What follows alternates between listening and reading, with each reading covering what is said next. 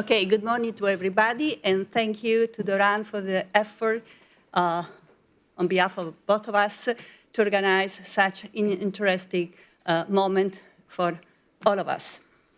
The Turin Declaration on the preservation of the Art Nouveau architecture, based on Venice Charter guidelines, and today probably might need to bridge the gap due to its age, 30 years old. This chart signed a relevant step ahead by recognizing in the Art Nouveau, for the first time, the dignity of being a style, the one which back in 1902 seduced the world with the prima esposizione internazionale di arte decorativa moderna. Modernity was attractive and charming. What is Art Nouveau? Art Nouveau is a passage, an intense and creative transition in between the world of the immovable academy schemes, what Alfredo Melani was calling academic slippers attitude, and the one soon to come, starting from the industrial design. In the same year of the issue of the Turin Charter, in occasion of the event Sogno a Disposizione, which was an events program in remembrance of the event of 1902, we as SIAT Young Group, SIAT is a Società degli Ingegneri e degli Architetti in Torino, an historical cultural association, we proposed to the town hall to guide architectural liberty guided tour throughout the city. The city welcomed our proposal and has been a fully success. For 3 months, every Sunday, hundreds of people have been attending the guided tour. And this proposal has been such successful because it's been the first time it happened in Italy, and our model has been copied by other cities. What did happen? Oh, you see quickly in this, okay, the leaflet we prepared for the architectural walk. This, the most important output. The city of Turin understands the importance of communication, of building awareness, and created a program that's been lasting for 16 years, involving other cultural associations for twice a year program, one springtime and fall time, and it gathered several associations, and any of these have been guiding cultural tour. Then in 2017, we issued this guide as being the first complete guide of architecture, liberty architecture.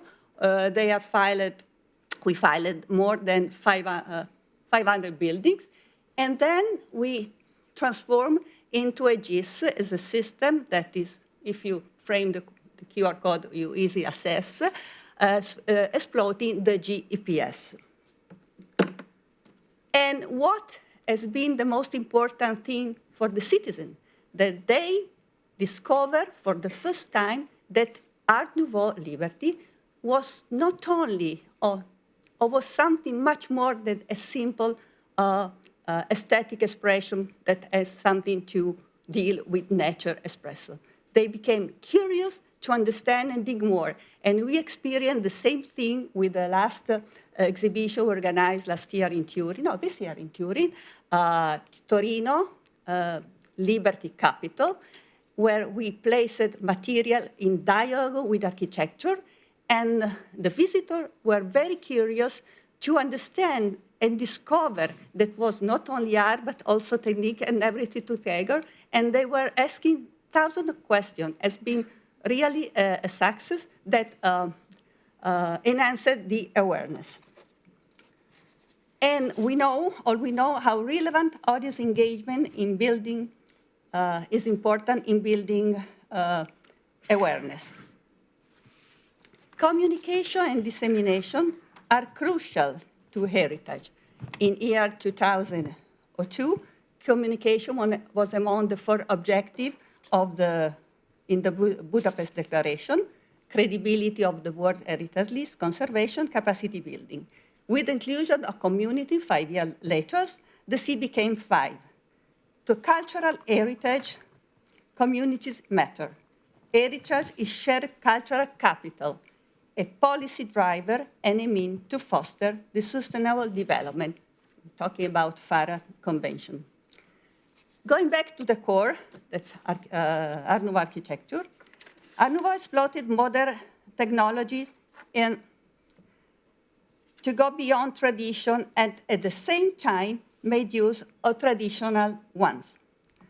The inseparable ensemble of technology, know-how, and talent is the tricky and fascinating point when facing Art Nouveau, that Turin expressed in a wide range of typologies: public spaces, factories, churches, palaces, hospitals. Turin is actually a liberty city. The most of these buildings are still in use, a heritage with a high potential to deal with SDG goals. Who were the pioneers? Talented artists and intellectuals. These people triggered the transition we're talking about. Davide Calandra, the artist, honeyings the tradition when in the monument for the Duca d'Aosta in Turin, he transformed the base into an amazing and animated tale. The same Davide Calandra, in 1894, designed his own house studio where he cuts the edges to insert a sculpture. It was a ramage that had been copied and became a model. On the left side, you see one of the public busts that the city of Turin built.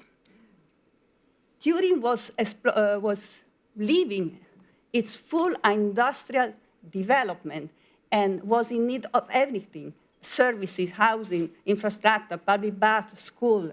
And this accelerated, this is a public bath. To this accelerated development, the city answered as a recognized model of urban civility. Turin built several schools, beautiful one, not only normal school, also several technical institutes, because the market was requiring, and all the pupils, once out, were ready, and they were quite well educated. As well, affordable house. This is an example of public housing. Still, a little sign of Baroque in the buildings. Turin is a Baroque city, and we have this beautiful artificial stone of this bow window that ends up with a frieze on top. We are here in the core of the ancient city, the Baroque city. Art Nouveau is international as concept and approach, and feeds itself of local history and local material. Still a little sign of Baroque here in Casa Marangoni that is quite famous, because here literally structure and architecture coincide. What is usually is hidden inside is actually shown on the facade. As being in Turin, that Hennebic system has been adopted at first in between 19th and 20th centuries, thanks to Giuseppe Porcheddo, the engineer who held the right for its patent and spread it throughout Italy. It was the widespread adoption of reinforced concrete skeleton to make Turin so peculiar for its bow window, literally intimate private spaces inhabiting the city. Modern technology sure deserves needs and care before it's too late. The use of artificial stone was quite diffused to create precast modules emblematic of Art Nouveau, being both output of master artisan skills and conceptually industrial product. With this element, Casa Bellia bow windows are cladded. And here you can see how the different elements are putting together to dress the bow window of Casa La Fleur by Pietro Fenoglio. None of the many tenancies houses have been deprived of beauty, even though built to be profitable. Look at this just quick, how this has been modeled fresh. How can you find the leaves that are here and carved here? Just ready-made art during the building site. And no boundaries get in the way between art and production, whatever the function and the sizes are. The mastery of skilled craftsmen and artisans perfectly shaped materials, mortar, wood. Here, some examples that you find walking around Turin, wood, iron. This as a piece of a grid, of this grid, this is being made on purpose for our exhibition by a very skilled blacksmith artisan. It's real size 1:1, and he used the technical of nails and boiling. And during the exhibition, we just put all the picture of the process, and people were literally amazing how, from the bar of an iron, he could derive perfect disc and rings.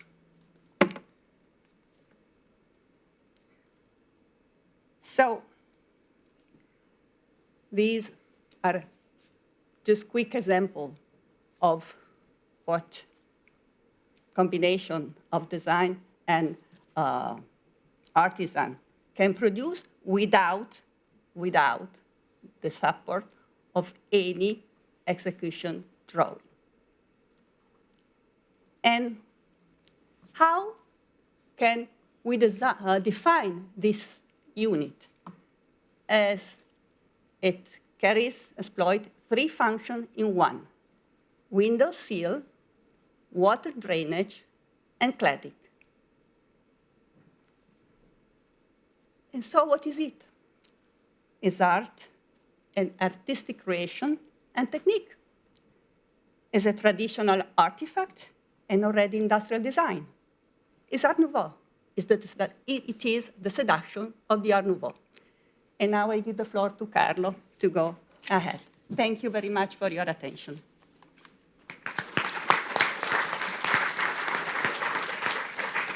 Thank you, Beatrice. The second part of this intervention, it will deal about,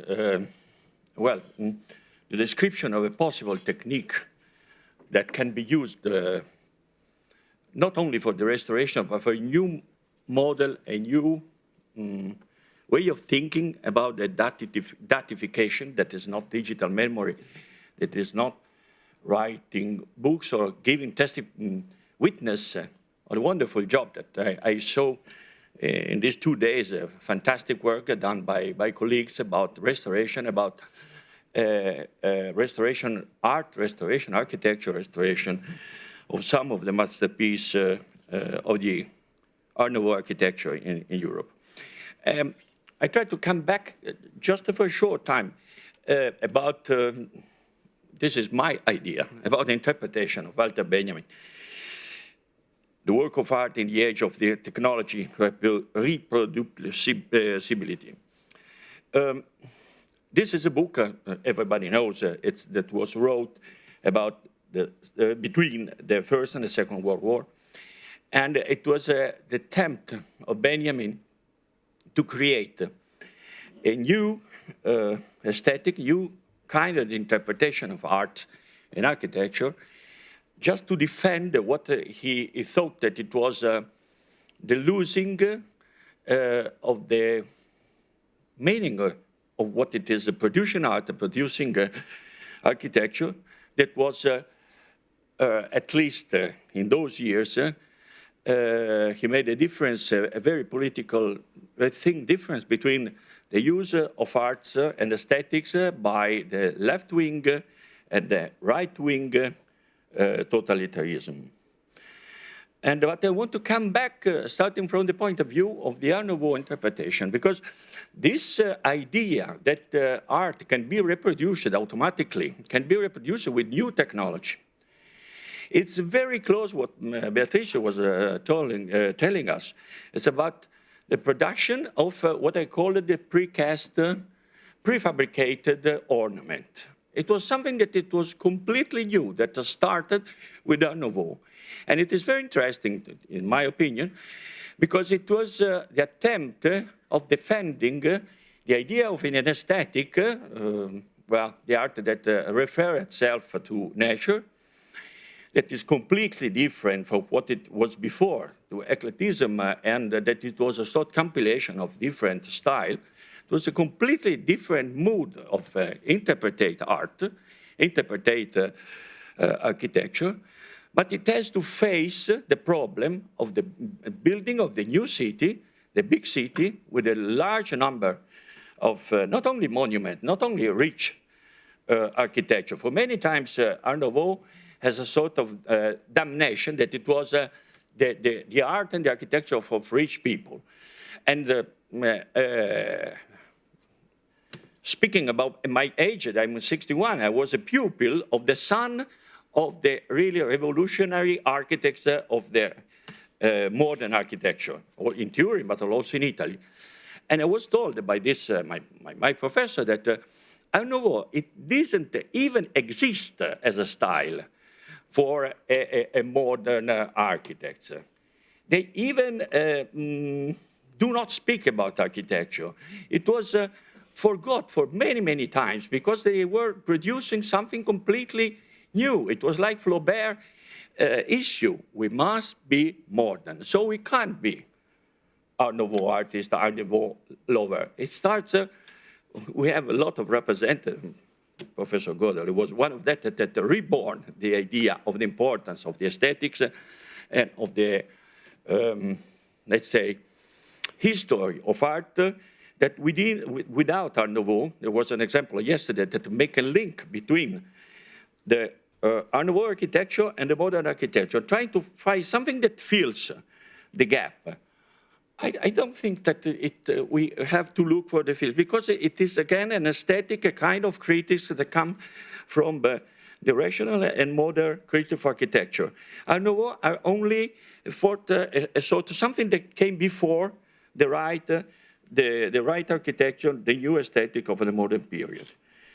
In 2014, I was impressed by fundamentals, the Biennale of Venice, that explained to us that architecture can be seen speaking about the detail of the architecture, dividing the architecture of all the time, speaking about the windows, speaking about the doors, speaking about the toilets, speaking about the kind of the masonry and many other elements of the architecture. And in my mind came the idea that the first time that this speech was done also by some architect, like I remember Leon and Robert Creer during postmodernism, the idea that the city and the architecture can be built starting from the point of view, can interpret by the point of view of the elements of the architecture, the tectonic, we can call it, the tectonic of the architecture. And I start to think about an interpretation of the prefabrication of the ornament of Art Nouveau in speaking about elements. So I have started to have the idea with some colleagues, with some researchers, as me, in the Polytechnic of Torino, of making an Art Nouveau atlas of Turin. Just to understand, just start to understand what is an artifact, a piece of applied arts, and what is a completely, we can say, piece of art that can compare to the painting, to a sculpture, something else. In fact, the different is thin, but it's a very, very, to me, it's very important. In fact, in 1902, we have the first international applied art exhibition, that it was signed by the style of the Art Nouveau, but it was applied art, from the spoon, we can say in a modern time, to the city. So we started a group that we were working with, Beatrice and some other friends, to rethink the way of looking at the architecture, sort of post sentence. We do not need a new word, we need a new eyes to look at the word. And so we started to do these things. And looking around dividing the details that makes these buildings, these Art Nouveau buildings, I started to think that there are something that it is common. That there's a red line that put together these buildings, but the red line, it comes from the elements and from the precast decoration. I explained it. I'm going to finish. I explained the idea. That is simple, but it can be used and applied also some other of the friends that are here, maybe. You see, this is one of the most beautiful decorated house, Casa Benazzo, in Turin, Art Nouveau. It has art and craft, flower decoration, and so on. And it was restored in a very, very, very good way. It was followed by the superintendents. The architect was very talented architects, and also the building construction company was very, very concerned to make a perfect job of restoration of a house like that.